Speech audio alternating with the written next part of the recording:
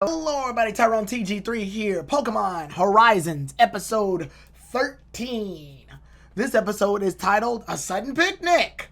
Now, I'm going to briefly go through a lot of the things in this episode. I know it's obviously late for the review, but I came back from out of town. I was in Atlanta for a little bit. But in order to give details of this one, I want to go briefly over what has happened and then just talk about a couple of things afterwards because I didn't get to see this episode when I came back. I only had most of the references from what people were tweeting on Twitter. A lot of people were very controversial about this episode, saying that this episode was one of the worst episodes, and there was a lot going on, and obviously I had to go check it out for myself before I gave a proper review. So, in the episode, I'm going to briefly go through the summary, then just sort of go over one particular topic that obviously I had to go through even when I wound up doing the reaction. There's still time to check out the reaction on my Twitch channel, so if you haven't seen it already, go check that channel out, and then you can come back over here and watch my review, because the Twitch reaction is a lot longer. There's a couple extra stuff we do in there, and it gives a bit more detail. The review obviously is a review, so I'm going to give you my, review. So, the episode goes in this order. Basically, there's something wrong with the ship's fin. They have to go stop for a sudden picnic in order to wait for the ship to reload and get all of its stuff ready. Once there, we get to learn that the ship was actually originally Lutlow's boat. It was turned into a flying ship by Orla. So that's cool that we got to get a little bit of lore on both Orla and Lutlow as far as their characters and their contributions to said ship that Freed is using. After that, we also see that characters wind up making their own sandwiches at the picnic. And it's funny to see that Liko's sandwich is a basic sub sandwich while Roy is making this crazy spaghetti hamburger nonsense. And we also get the gruesome image of Pikachu eating an all-meat sandwich, which is terrifying. But we move forward, and when we do, we get a small little recap of everything. And this is where I think people start making their huge gripes over the episode in and of itself. We get a recap. Now, yes, I agree. It is way too soon in order to make a recap for Pokemon Horizons when we're only 13 episodes in. My guess is that since this is still a TV broadcasted series and we're on episode 13 and we had a 2-week break prior to that, that gives people time to more or less catch up or at least get up to speed as to things that have happened up to this point.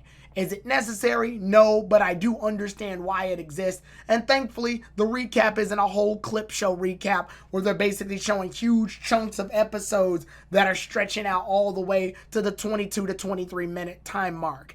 If anything, the flashbacks mostly cover Liko, Roy, and Dot, the 3 characters that obviously have Fuecoco, Sprigatito, and Quaxley respectfully, and each of their parts, when combined all together, make about 5 minutes of a 22-minute episode. And then you got the opening and the ending, so that's not that bad. I didn't really complain over anything that happened there. Nothing really seemed like it was off or wrong in that sense. When we move later on, we get a subplot with Roy where his sandwich gets stolen by a wattrel. We've seen this plot over and over with most people refer to the AG plot with Talos stealing the chocolate. This is pretty much around the same borderline, and I can see it. Bird steals food, trainer goes to pursue Bird, battle ensues. Eventually, they'll wind up becoming partners. We've seen it. We've been there. We've done that. Roy's plot, unfortunately, is kind of weak, but I see where they're going. They're combining multiple plots. The fact that 1, the bird is stealing the food, and 2, it can't fly. That's the main point there. And this episode goes into the plot of next episode, which means that this is more than likely a 2-parter, and Wattrel learning how to fly will be the second part of the episode. Now, whether or not it learns how to fly and joins Roy is the real question, because Roy obviously needs a Pokemon to be on his team, so I'm banking that he will catch it. But it could be one of those situations where he just teaches the Pokemon how to fly so that it can fly off with the rest of its flock and be happy. And maybe we get to see it in the future. I'm not putting my money on that, but it's one of those 2 particular things. Sadly, the Roy plot is just a plot that's used pretty much in every sense of the word where we see in typical Pokemon fashion. We've been there. We've done this. Obviously, it's Roy's first time being exposed to this, but I do find it interesting if you look at a little research. This is actually thanks to Noggin. Wattrel is based off of Pokemon. It's based off of a specific bird that doesn't really have its own home. They fly around, and since they don't have a particular home to themselves, the way they get food is that they steal food from other birds that are flying over the sea. So, for example, if seagulls come in, then those birds will come in, and when the seagulls get the fish, they'll take the fish from them.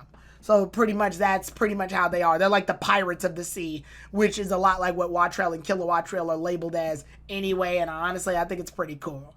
The next thing we've got going on the main plot, or plot A, is pretty much what I'm going to mostly be talking about. But before I get to that, I want to talk about Spinel, because I didn't get to talk about Spinel last episode. Spinel shows up, and he is Magneton, is the one that causes the electromagnetic waves to disrupt the ship the first time. And thankfully, Freed and Charizard were able to stop it the first time. This time, we end up seeing that there's more than one Magneton, and Spinel is the one that's disrupting the system to make it so that the ship doesn't load on time. Even Dot picks up on this and realizes how bad it is, and the episode does end that way. Now, obviously, I'm skipping a huge portion right now, but that's the portion I want to talk about the most.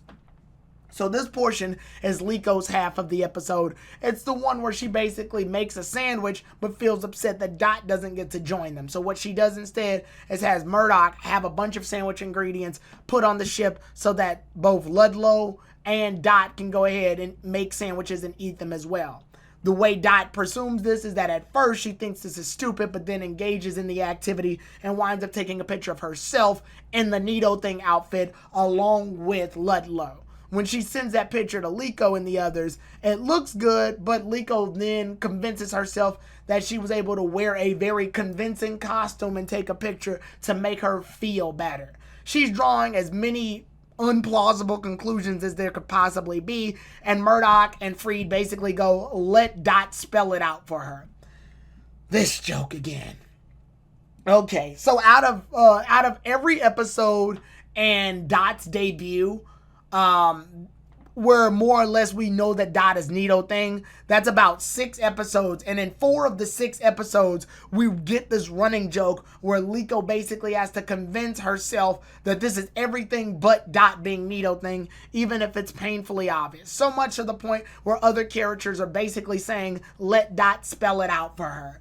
The only issue I have with this mostly isn't the joke itself. The running joke is obviously there in order to be a running joke. Pokemon is no stranger when it comes to overall running jokes. I think the problem here is that this running joke is a running joke that has happened 4 out of the 6 times, and they've happened so closely and in rapid succession, it becomes very jarring to take this joke serious. Not take this joke seriously, it's a joke. But I'm saying to take this joke and live with it. The joke never gets the time to breathe, is what I'm saying. You never get the chance to enjoy this joke. And I heard a lot of people counter this argument both on Twitter and on my reaction that Team Rocket does the exact same thing, or what about Brock or Bonnie or Clement who do these running jokes as well. I think the difference there is that those jokes aren't pivotal to the plot. When Team Rocket changes to a different outfit, they're more or less doing it as an audience joke. The audience knows it's Team Rocket, but Ash and the others don't. Everyone is clueless on this ruse. Even Brock, Misty, and anybody who's with Ash at the time.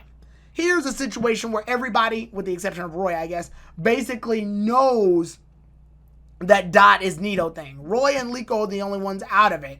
Roy doesn't make it his major focus to figure out, but Liko, on the other hand, is a large Neato Thing fan and definitely goes out of her way to learn more about Neato Thing, because that's her whole idol. That's like someone she idolizes, someone she connects to, someone that she even wants to connect with Dot about. She even wants to learn more about Dot as a person so that they can become friends. The fact that she keeps constantly missing this bullet point doesn't become a problem until you see it happen in rapid succession, and then you realize that Liko is one of the analysts of the crew. She's the one that's able to look at a situation. She's the first one to figure out that Pikachu uses double teams and zigzag formations so that they could figure out where Captain Pikachu is so that they can effectively fight it. She's the first one to use leafage as a distraction in order to do another escape from the Team Explorers. She's the one that uses leafage as well in order to distract Cerulege so that Fuecoco can get a clean shot off.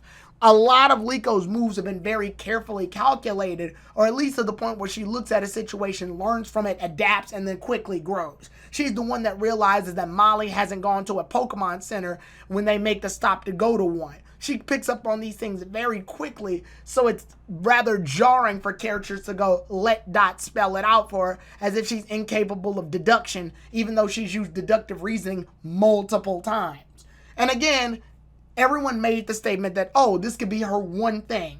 The fact that she can't really put together the fact that an idol is right under her nose is something that definitely would be unbelievable even for the average person, and they're obviously going to be in shocking denial. I think the issue here, though, is that it's so blatantly obvious that the person that you're idolizing is on the exact same ship as you, literally probably a door over, between the music that's being heard when she's recording her videos and the fact that she has the outfit.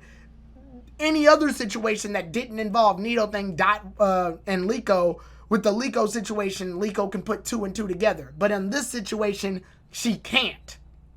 And it's all for the sake of the joke.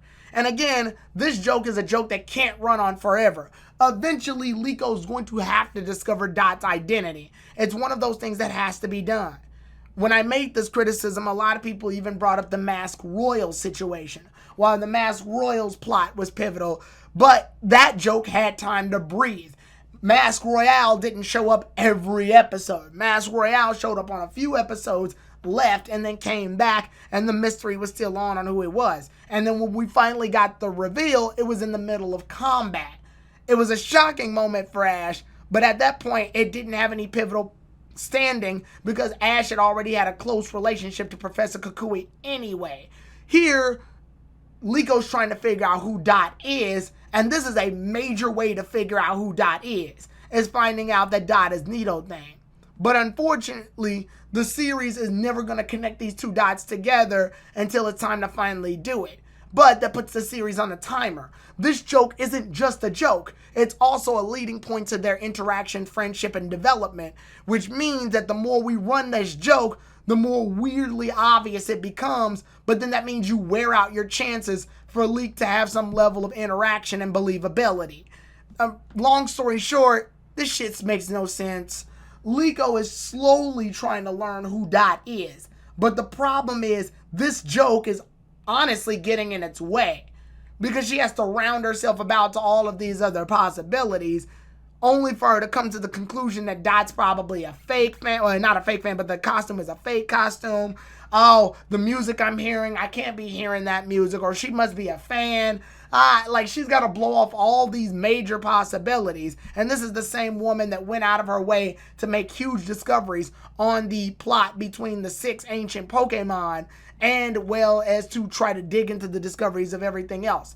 The episode prior, her mom says, oh, if I decide to go and talk to my daughter, she's just going to start asking me questions. It's weird that for something that's catching her interest, the Nidothing and the Dot plot, she's not asking the right questions, but she's making her own conclusions based on very little pull. When if you open your eyes for more than a second and able to put 2 and 2 together with basic deduction skills, Liko can't do it. And again, I accept that this is her one Achilles heel, but the problem with this Achilles heel is that it happens so often, obviously, and it happens so frequently. It makes it hard to swallow when put in the exact same situation as Liko in battle, or Liko just basic deduction skills used within the plot of itself. Again, it's just one of those things that you have to really stop and go, this is a Pokemon thing and I have to let it pass. Unless either A, they're planning to squash the joke soon, or B, letting the joke go and letting it breathe a few episodes so that we can come back to a situation, then we can fully absorb it. Several other people have made comparisons to Clark Kent with the Superman situation for Lois Lane, saying that this is no different than Clark Kent and Superman. But I think people have completely forgotten the overall deeper levels that go within the Clark Kent and Superman transformation. I'm no DC fan. I'm mostly a Marvel fan. But from what I understand, Superman and Clark Kent aren't just supposed to wear different outfits with similar faces. On surface level, that is what's happening. But on a deeper standpoint, Superman's supposed to be the bold, the brave, the one to take charge, the one that's the American way, the one to save the unsavable, protect the weak and be strong to protect the weak. That's the point of Superman. He's assertive. He's manly. In his alpha name, it's Superman. Super as in super, higher than one, and man as in the average man. It's the thing that makes him so close to the average person, but puts him just above in order to let you know that he is about something that's much higher than that. Meanwhile, we run into Clark Kent, his alter ego. Clark Kent is usually sometimes bumbling. He's timid. He's not that much of a leader or a standpoint. One of the things that Lois Lane looks at when she looks at Clark Kent isn't just the surface level of how he looks, but the man that he is. Clark Kent isn't exactly the weakest man, but he's more or less average. He's a reporter at the Daily Bugle. He starts off as a reporter of the Daily Bugle, and he's working under Lois Lane. And typically, even within that timeline, this was a timeline where if men worked under women, then most women wouldn't really give them a passersby look. And also, Clark Kent never seemed to be that upstanding, brave, heroic type. At least not to Lois Lane. So their personalities were so vastly different that Lois Lane couldn't put those two together. And people did make the comparison that Dot obviously stays in her room all the time, so she's not as expressive as Nito Thing. But this is a situation where Nito Thing is a video character, a character that's behind a screen. Whereas in the Lois Lane situation, Superman is out on the battlefield every time, either on the news, saving Lois Lane, or stopping actual crisis from happening right then and there. The fact that she can pull over together that this is Superman and obviously not Clark Kent is because she can't fathom a reality where Clark Kent and Superman are one and the same. Eventually she figures this out, but from what I see, at least from the most part of what I see, Clark Kent matches only a few of Superman's traits, but in essence, he is the man behind the super part, Superman. Here we run into a situation where Nito Thing is quite obviously being shown. There's never any point where Lois Lane sees that Clark Kent has Superman clothes right on the outside of his office. There's never a moment where we see that Superman's changing and Lois Lane is like literally standing right behind him. There's never a moment where we see that Superman accidentally uses his superpowers right in front of Lois Lane to the point where she can go, "Oh crap, you're Superman." There's never really points where that happens. There's small little gags, but they're subtle and they're usually here and there. This is a gag that's happened 4 out of the 6 times. That's well over 75% of the time that we've seen this happen already. And again, this isn't a huge amount of episodes. This isn't on the level of Brock, Clement Bonnie, and the Team Rocket gags. But it is something that we have noticed a lot of, and it's only prominent because this joke happens so much based on the idea that Liko has to eventually figure out who Dot's true identity is. This joke is pivotal to the plot. Those other examples I gave, those identities can be set and nothing will really change. Well, except the Lois Lane and Superman thing, but obviously when that finally does get settled, it ends in a relationship, which is much like Liko and Dot's situation where they'll end up in a friendship. But in the Superman's case, it was day by day. Each episode, Superman would go out and go save the world in some way, shape, or form, beat up the bad guy, come back, and Lois Lane would be none the wiser. It can go in that formula forever. You can pretty much continue that formula with no dedication of bringing them together, but the story itself of Superman saving lives would still happen. Here, we run into a situation where Liko's literally living in the exact same area as Dot, and the plot requires that they wind up discovering each other a bit more, so it's harder and harder to maintain that hold. And the Team Rocket situation, it usually went episode by episode, with Team Rocket playing some type of disguise, only for Ash to wind up figuring it out, when Team Rocket literally just rips their clothes off in front of them anyway. And the one time they do the disguise in order to cheer Ash on, like an Electric Shock Showdown, Misty basically states, "Bye, Team Rocket," as a wink, wink, nudge, nudge to the audience that Ash, Brock, and Misty probably knew the whole damn time, but they have to play this joke for nothing more than the sake of comedy. When we run this joke again, we see Clement and Bonnie. The joke is flipped, where Brock flirts with usually every woman that they see, but he never gets anywhere with it. The women are often rejecting Brock. Misty's pulling his ear, Krogan poison jabbing his stomach. It never really takes off. The only other time we see a flip to this is Professor Ivy's situation, where Brock goes into the fetal position and can't really accept the idea of what's going on. But in this particular case, we see that while those jokes continue, they never take off and lead towards further development. The only time this joke really seems to have some form of development is when Brock flirts with Lucy of the Battle Pike in the Battle Frontier. But even that falls apart because Lucy never confesses to Brock. So most of the time, those jokes are usually left in the water. While this joke in particular is something that we have to go wait and see. Like, Murdoch and Freed literally not just say it to Liko, they say it to the audience. You hear this joke? It's funny, isn't it? Well, Dot's gonna tell her. Don't worry, she's not gonna figure it out herself. Dot's gonna tell her. Like, it's just not comfortable. That's the problem. But ranting on that joke aside, I spent most of this episode pretty much going on that. Does that ruin the episode? Absolutely not. I love the idea that we get the fishing boat plot from Ludlow. Learning that, Ludlow contributed to this crew because the ship is his ship. And it got turned into an airship thanks to Orla. I love these whole little backstories that we have behind each of the crew members. That's really good. I like that. And I also do like that the others have decided to take a breather, having a picnic. That means that everybody gets involved. The whole crew is hanging out together and eating food. This is great. I love moments like this. It's one of the reasons that I ranked the one episode so high where they ended up having to grab they had to grab ingredients. When they ended up having to grab ingredients, I like that because Freed and Roy got to hang out, as well as we got to have a crew talk about where all the sweets were going at that point. And we also got to see Liko deal with her plot that technically connects with Dot. So I love character interaction episodes like this. And honestly, I don't think this episode deserved as much of a flack as it gets. This episode was getting really bad rap for mostly that recap stuff, but the recap stuff only lasted 5 minutes, and it was pretty much because, well, we needed a break. The Spinel plot is obviously going to darken the turn much higher, considering that there's not just one, but multiple magnetons messing up the electromagnetic fields of the ship, and they can't leave Paldea. That's the last thing they say before the episode says to be continued. They can't leave Paldea, which is a very big problem, meaning their trip to Galar has been postponed for a large amount of the series up to this point. But because of that, it leaves some intrigue. Honestly, I think this is good, and I regret not being able to talk about Spinel in my last episode, but he showed up towards the butt quarter end, and I honestly almost forgot. I'm human, it happens.